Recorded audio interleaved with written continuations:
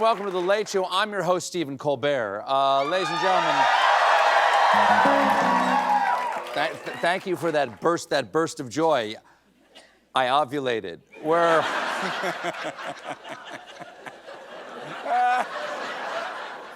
You had to be here. But we're less than a week away from Trump's inauguration. And I know, as much as I'm not looking forward to it, waiting for it is just so tense. It feels like we're all James Bond strapped to the table and the laser is slowly inching toward our crotch. And it's like, enough about your evil plot to conquer Greenland, just zap America's jump off already.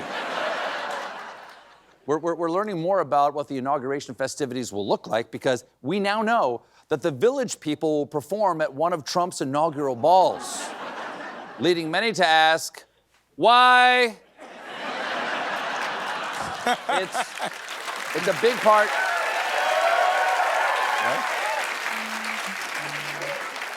This is a big change of heart for the Village People, given that in 2020, they demanded Trump stop using their music, which is understandable, considering that every time he played it, he did the wrong dance. It's YMCA, not Milk the Gorillas. Evidently, they're mammals. Evidently, the band is trying to go in a new direction, and that direction is toward money because a few weeks ago, lead singer Victor Willis posted that he will sue every news organization that falsely refers to YMCA as a gay anthem. This must stop because it is damaging to the song. Yes, for once and for all, ladies and gentlemen, YMCA is not gay. Where did that even come from? It's off the famously straight actual Village People album, Cruisin', packed with hetero hits like Hot Cop, My Roommate, and simply, I'm a cruiser. In anticipation of the inauguration, high anti-scale fencing is being placed around the Capitol. It's the most fencing ever put up for inauguration, 30 miles. You know what? I owe him an apology. He did build the wall. You know what? It's only fair. I'm a big enough man. Now, for those of you who have forgotten why the fencing might be necessary, this morning the DOJ released Special Prosecutor Jack Smith's final report on Trump's January 6th election interference.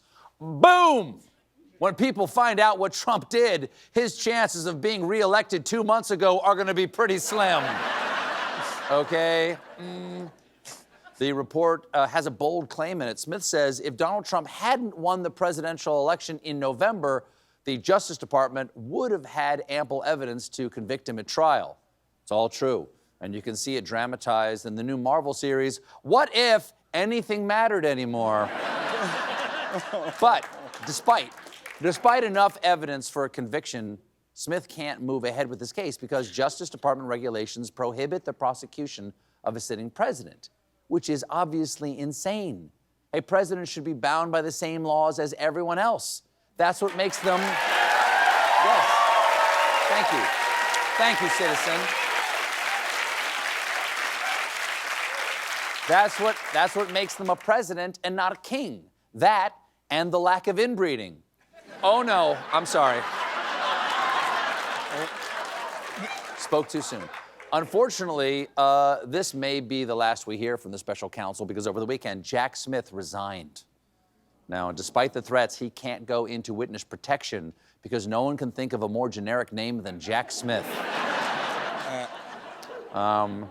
Another looming sign of the Trump administration is that today the Senate held confirmation hearings for Secretary of Defense nominee and male stripper asking if you want to see his Yankee Doodle, Pete Hegseth. Now, you might remember Hegseth from his rather thin dossier of qualifications to run the most powerful military and single largest workforce in the world.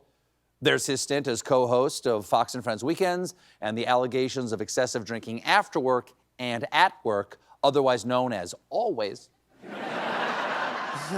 Hegseth's hearing today was mostly him bobbing and weaving to avoid admitting things we already know about him, like his statement that female service members shouldn't have combat roles, as well as horrific allegations of sexual assault and the fact that his own mom wrote him a letter that read in part, "I have no respect for any man that belittles, lies, cheats, sleeps around, and uses women for his own power and ego. You are that man." That is devastating. That is the most devastating burn. Oh, you think you can run the military? That's not what your mom said last night. Yeah, see.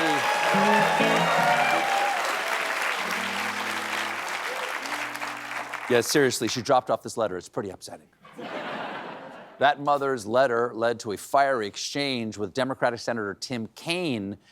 So Republican Senator Markwayne Mullin jumped in and went after Kaine.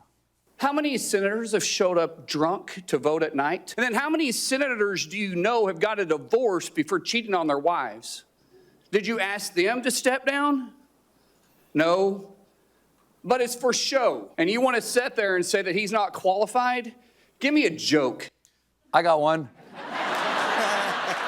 Right there. A drunk, a cheating husband, and an accused sexual predator walk into a bar, and the bartender says, "Table for one, Mr. Hegseth?" Thank you.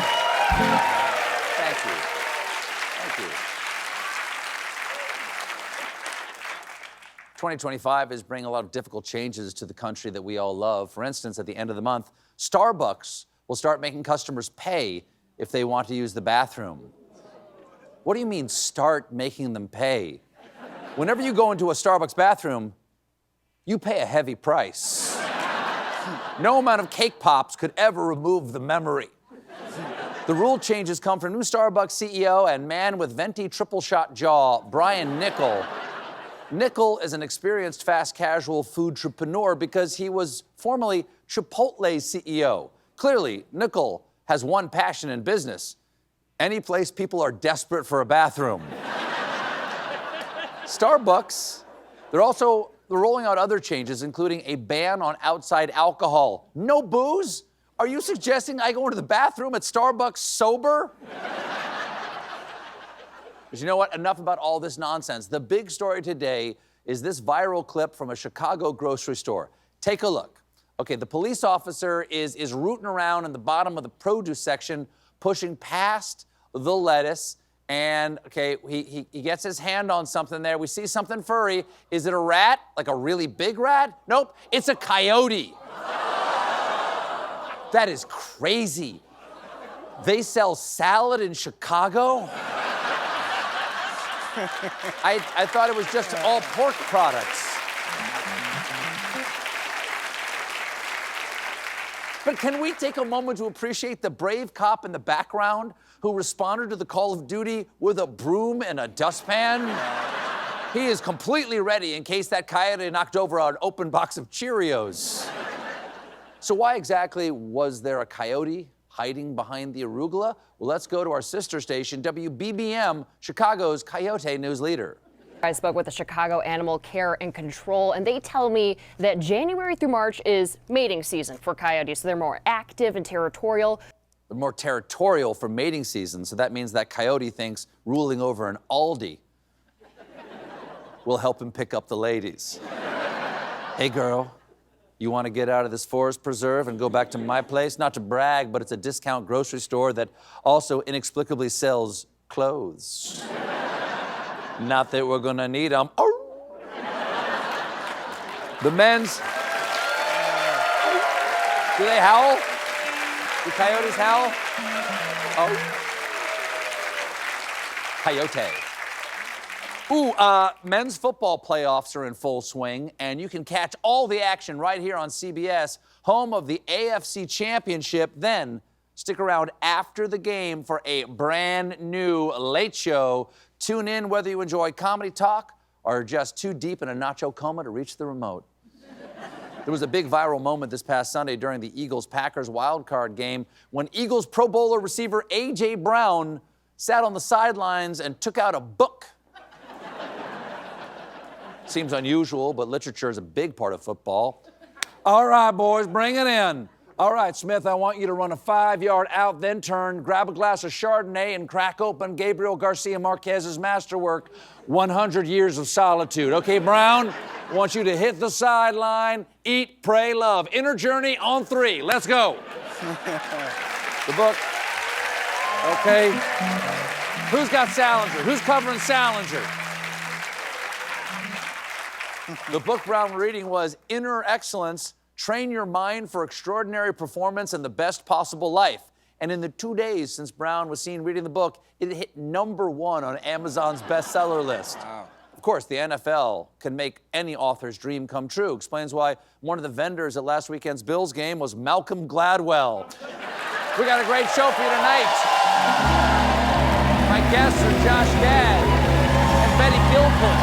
And when we come back, meanwhile, join us, won't you?